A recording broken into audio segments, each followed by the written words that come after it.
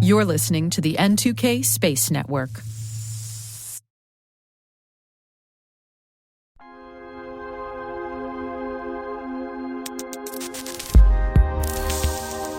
Welcome to T- Deep Space from N2K Networks. I'm Maria Varmazes, host of the T- Space Daily podcast. Deep Space includes extended interviews and bonus content for a deeper look into some of the topics that we cover on our daily program.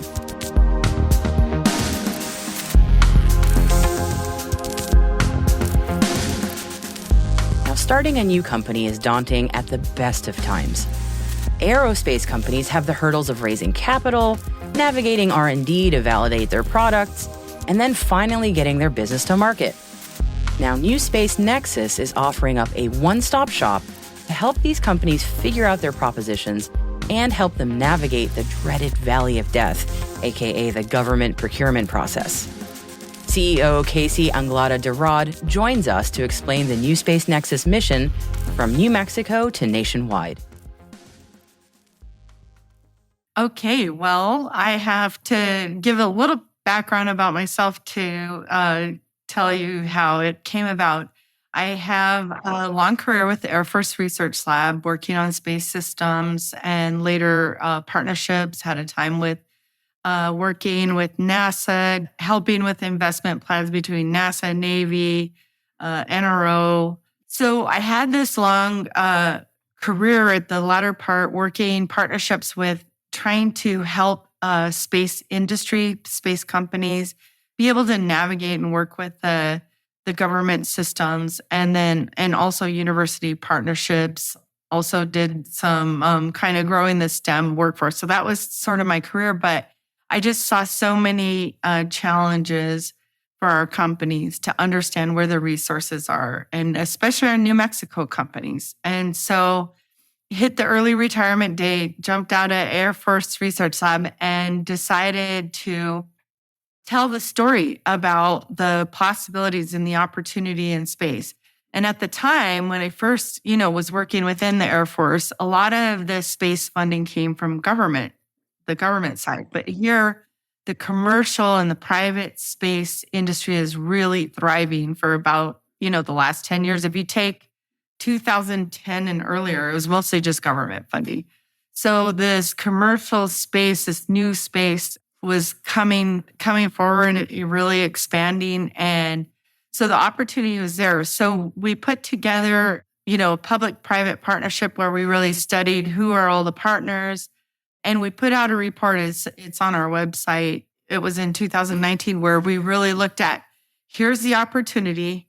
New Mexico is positioned to take a leadership role with all the various assets we have here between the Space Force organizations, White Sands Missile Range, NASA, Spaceport America. Our universities all have great resources in that area. So we're positioned to lead. And so with that, we came up with some strategy where we really need to put together some kind of council, figure out how to do put a business connector together, a workforce connector, and then also figure out the funding. So with that, we started nonprofit organization, NewSpace New Mexico. It started out, that's the corporate name.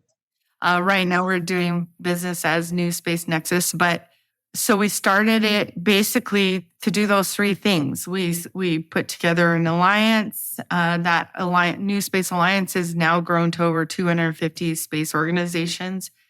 We put together that business connecting. We have what we call our NewSpace Igniter program to help companies navigate through the Valley of Death. And then we also have some great resources, like we have an open prototyping event workspace called the Launchpad. And the basics of it all, though, is that we say that we unite and ignite space. So on the Unite side, of course, we have our alliance where we bring people together, but we also do some networking events locally. We call it the T5 Thirsty Thursday Tech Talks, and everyone comes together. And then we also lead national level forums on the space industrial base.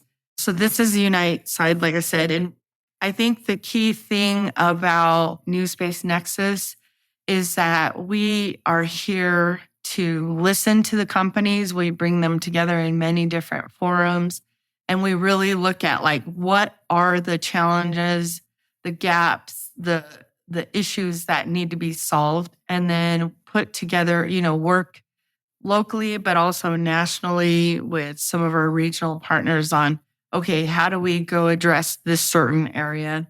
And what are the recommendations, and who needs to hear these recommendations, and put some resources to it. So that's the Unite side. The Ignite side is we have a partnership intermediary agreement with the Air Force Research Lab, funded through an appropriation by Senator Heinrich's office. Thank you, Senator. And it basically is a 5-year agreement to put together the resources to help the companies ignite, accelerate faster, their innovation faster. And so we have this launchpad that is this co-innovation, open prototyping. The companies can come work there. We can have events there. And it's a really cool space. You've got to visit us sometime. It's in Albuquerque near the airport. We also, to Ignite, is we set up the NewSpace Igniter program. And that is where we have 23 companies in the program, and they come in at different levels. We basically help navigate first, do an assessment, help them get their messages clearer, figure out what kind of hardware, software experts that they need. And we help navigate them, we say, through the valley of death. And then the last part of the program is we showcase them.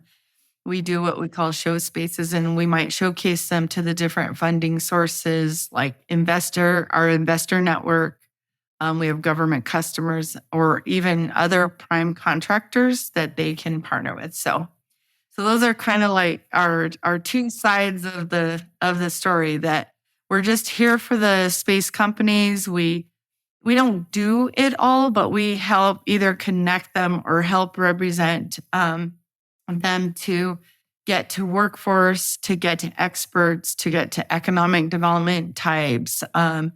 And a lot of our companies, we work nationwide, but a lot of our companies, once they see the resources and the great ecosystem we have here with the various organizations, they want to come here. So they'll try and set up. So we just help make that path very easy.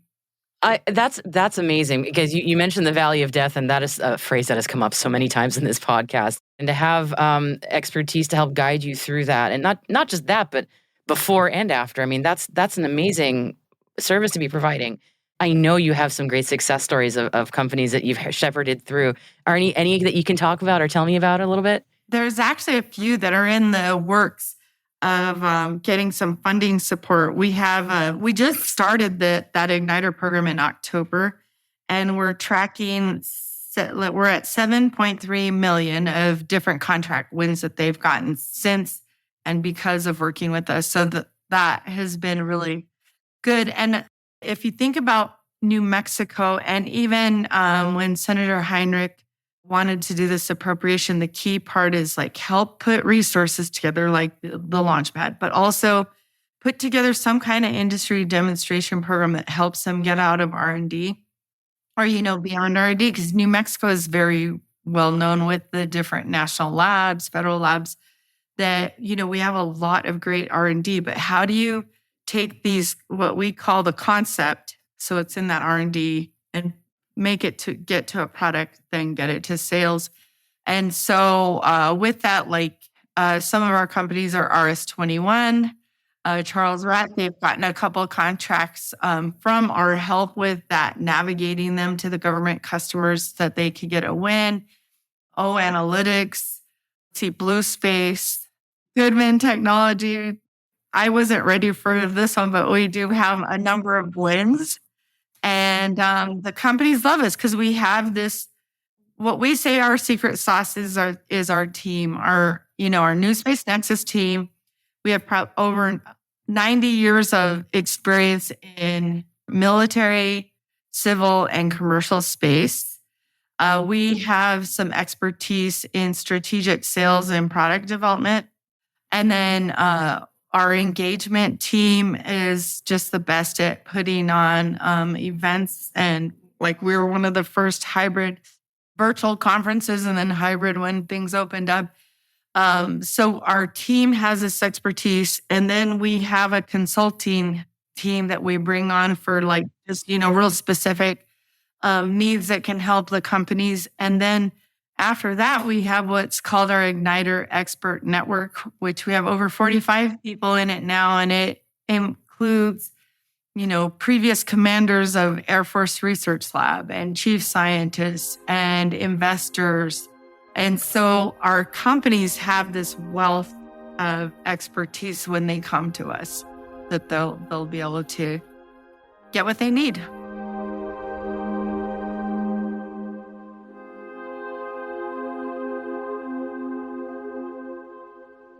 We'll be right back after this quick break.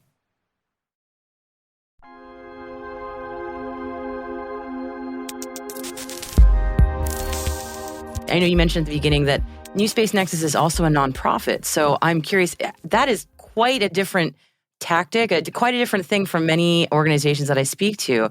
I imagine that does make you quite unique. Can you talk a little bit about that? Well, I think one of the key things is, the companies see us as part of their team and that we can help, get them through these processes. One of our companies has said, working with us has cut at least a year off of their development cycle because they get to the needed resources faster. But the reason we wanted to do a nonprofit is we want to be this trusted resource to the space companies. And I think they value us. They know that we're not here to compete with them. We're here to help them. And so that's where it's been beneficial to be a nonprofit.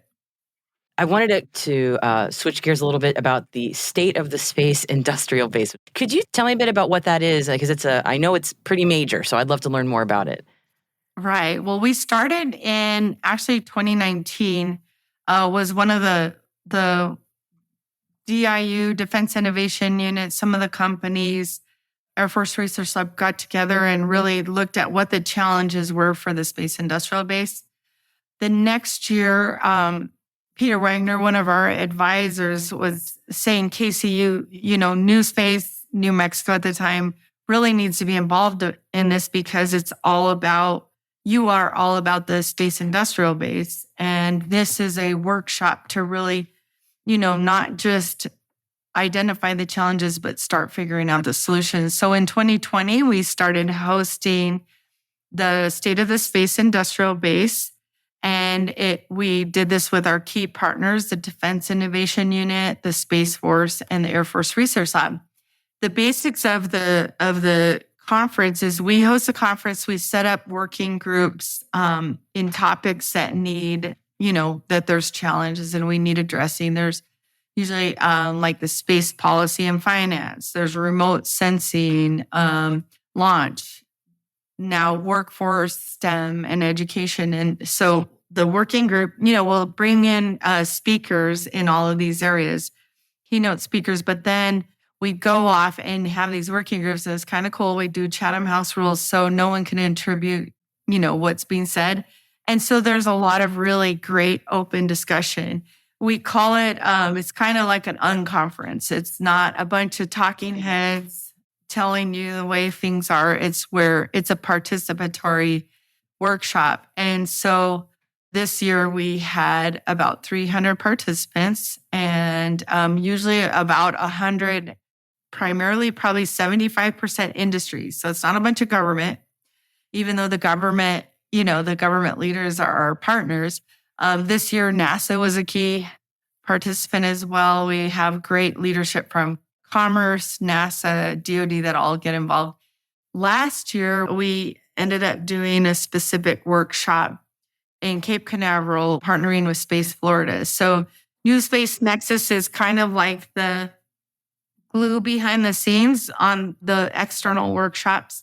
But so Dale Ketchum from Space Florida ran that workshop. This year, we also partnered with Space Northwest. And again, NewSpace Nexus is kind of behind the scenes helping run that.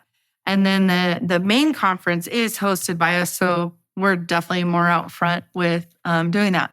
But after the workshop, all these working groups get this awesome information, and then it's put together in a report that comes out usually about August timeframe each year. And so you're working on it right now. Yes, I was just gonna say that the last 2 years I've led the workforce education working group, and literally today after this, the rest of my day is to finish up the workforce part of the report. Well, thank you for taking your time out of your day. I know that those deadlines are hard when you're right up against them. So thank you for speaking with me in light of that. Oh, of course. I was going to say, can we get a little preview of what's coming out in August? Any insights that you can share? And there's just been so much, I think so much going on, especially in commercial space, that one of the things I think what's been really cool about these workshops and these conferences and these reports is that, once you see it come out, you really start seeing the actual recommendations in the international conversation. I think, like, for example, space should be considered a critical infrastructure. And we're getting more and more and more and more to that point. But, we had Dr. Ezene Ozo-Okoro speak at our conference in June, who is a space policy leader for the White House.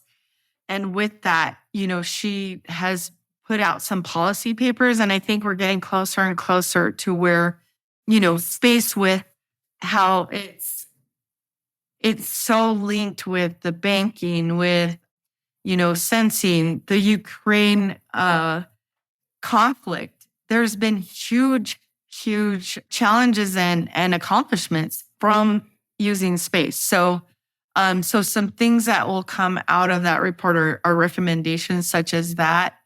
In the workforce area, I know I'm really happy. A lot of the space companies have put out a space workforce challenge to be able to bring in more diversity, to include more, that we have these workforce shortages, but are we tapping everyone out there to be able to be part of it? So there's some really cool things in that area that we're going to be, putting out in the report.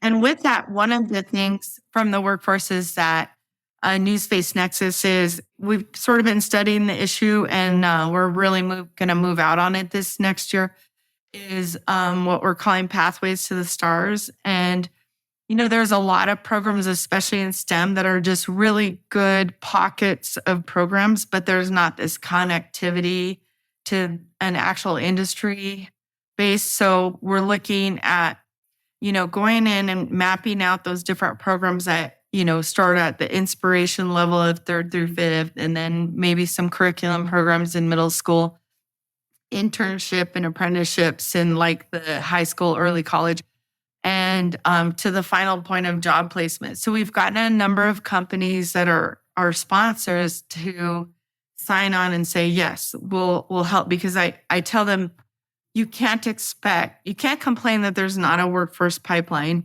a talent pipeline, and then just expect to help at maybe the internship level and job placement. You need to get down here in the trenches with us. So we're setting up where the companies support us financially to put this pathway together, but also through mentorship.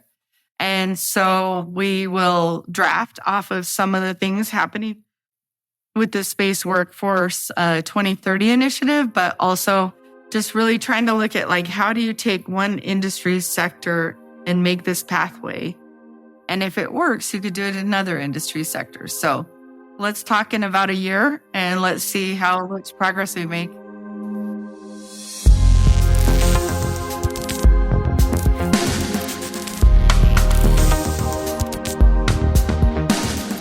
And that's it for T-Minus Deep Space for July 29th, 2023. We'd love to know what you think of this podcast. You can email us at space@n2k.com or submit the survey in our show notes. Your feedback ensures that we deliver the information that keeps you a step ahead in the rapidly changing space industry. This episode was produced by Alice Carruth, mixing by Elliot Peltzman and Trey Hester, with original music and sound design by Elliot Peltzman. Our executive producer is Brandon Karp. Our chief intelligence officer is Eric Tillman. And I'm Maria Varmazes. Thanks for listening.